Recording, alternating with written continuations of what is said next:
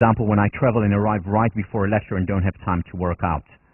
I can feel when I read my retention rates, my concentration levels, because as I said earlier, I have a mild case of ADHD. And again, exercise is my drug. Physical benefits.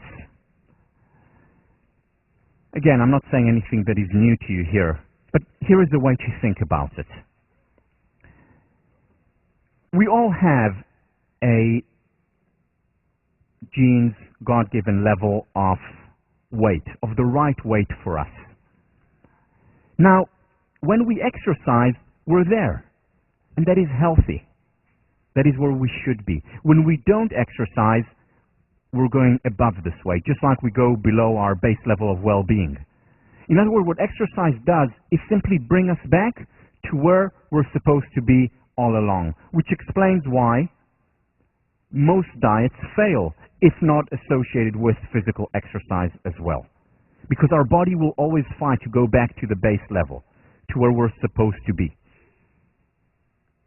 And if we don't exercise, we'll struggle even harder. Chronic disease, whether it's diabetes, whether it's heart disease, whether it's cancer.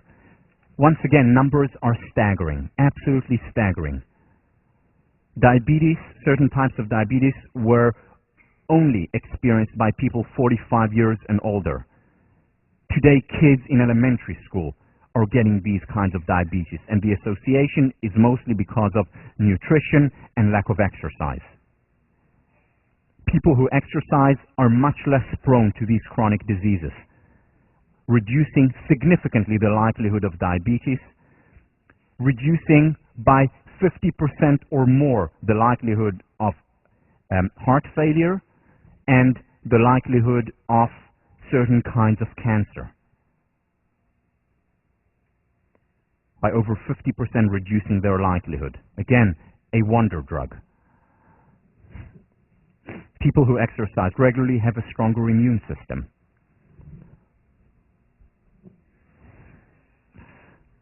Well, I have to prep you for this. And finally, if you haven't been convinced until now, hopefully this will convince you. Both men and women strengthens libido, their sexual desire. Enhances the likelihood of orgasms.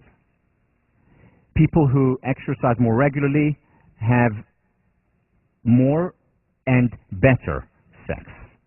And again, a lot of research showing this, and this, by the way, applies to all ages. To all ages. Well, not all ages.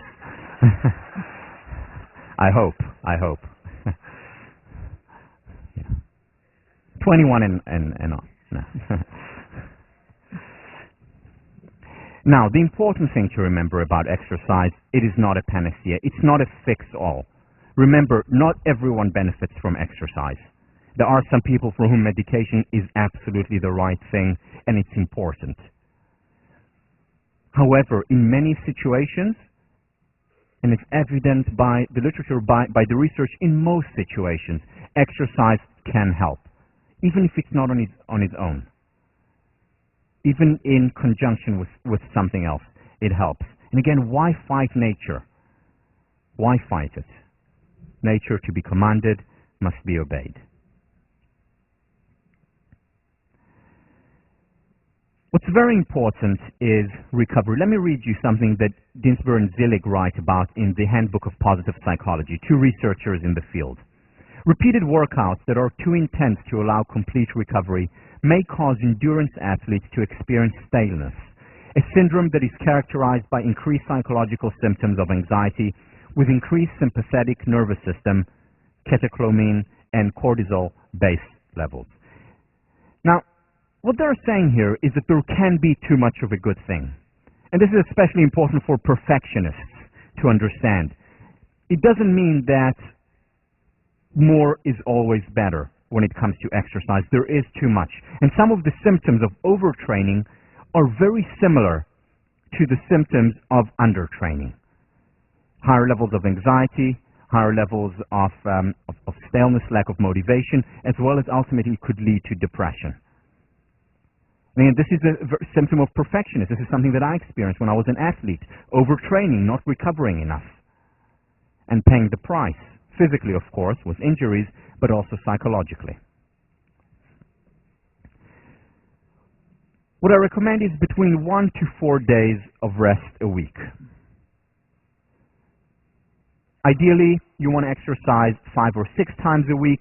At minimum, I would say every other day. So it would be either 3 or 4 days a week. At minimum, every other day. Ideally, you may want a little bit more than that. Each time, about 30 minutes, could go all the way up to an hour. The key here is to listen to your body. If your body is hurting beyond the slight discomfort of exercise, which is natural, stop. If a muscle hurts, stop. Err on the side of too little rather than too much. Also, one of the ways to listen to your body, if you're not as sensitive to it, is putting on a heart rate monitor, which is something not very expensive, very useful, very helpful. So I know that my exercise would be around 70% of maximum heart rate. 70% of maximum heart rate for me is about 120, 128. So I exercise at around, between 120 and 135. And then once in a while, I also introduce interval training, where I go all the way up to 9%, which is about 165 heart rate for me. But very easy to find out about, what your heart rate is. Usually, maximum heart rate is around 220 minus your age. So if you're 20, your maximum is 200. Mine being 37, it's 183. Again, more or less. And then you want to be at around 70% of it. 65% to 75% of it for moderate, effective benefits of exercise. And to keep in mind that quantity does affect quality. And once again, we have the graph that we see so often, the curvilinear relationship.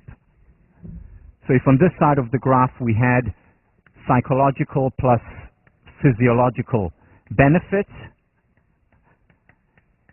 and here we have effort or amount of work, the graph looks like this. Where too little effort is not good, we're compromising on our base level of happiness. Too much effort is also not good. That's when we experience the staleness or the anxiety. And what we want to get to is more or less around our optimum level. And also optimum level given how much time we have. Yeah, in an ideal world, I would work out 6 times a week for 1 hour each time. In an ideal world. But I want to do many other things. So I exercise at least 4 times a week, 30 minutes each time. It's good enough for me. Identify what's good enough for you.